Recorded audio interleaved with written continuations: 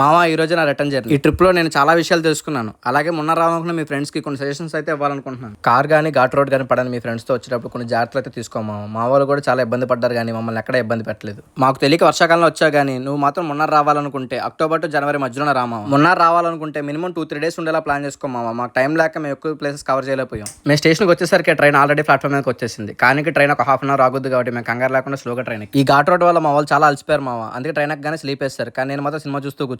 ఆకలేస్తుందని మా వాళ్ళు fried rice curd rice online లో ఆర్డర్ పెట్టారు మామ. తీరా ప్యాకెట్ ఓపెన్ చేసి చూసేసరికి మా వాళ్ళకి ఆకలితో పాటు నీరసం కూడా మొదలైంది. ఎందుకంటే అవి ప్రసాదం పొట్లాలు అంత చిన్నగా వచ్చినాయి. ఇంకా చేసేదేం లేక కళ్ళగద్దుకొని తినేసి ఇంకా ట్రైన్లో ఏం దొరికితే తినడం మొదలెట్టాం. దీనికన్నా పెద్ద ట్విస్ట్ ఈవినింగ్ జరిగింది. మధ్యాహ్నం దెబ్బకి ఫుడ్ సరిపడదని చెప్పి మా వాళ్ళు ఈవినింగ్ బిర్యానీ ఆర్డర్ పెట్టారు. కానీ ఆ డెలివరీ బాయ్ ట్రైన్ స్టేషన్ నుంచి దాటిపోయిన 10 minutes కాల్ చేసి మీ పార్సల్ రెడీ అన్నాడు. ఇంకా కస్టమర్ కేర్కి కాల్ చేసి అష్ట కష్టాలు పడి మా రిఫండ్ అయితే సాధించాం. ఇంకా ఎర్లీ మార్నింగ్ 3కి విజయవాడ రీచ్ అయ్యి అక్కడ నుంచి ట్రైన్ మారి నేను నెల్లూరు అయితే రీచ్ అయిపోయా. ఫైనల్గా నా మొన్న ట్రిప్ అయితే కంప్లీట్ అయింది. నా ఈ ట్రిప్ ఎక్స్పీరియన్స్ నీకు ఉపయోగపడదేమో, వాడుకో మామ. నీకు సజెషన్స్ కావాలంటే కామెంట్ చేయమామ, ఖచ్చితంగా నాకు తెలిసి హెల్ప్ చేస్తా.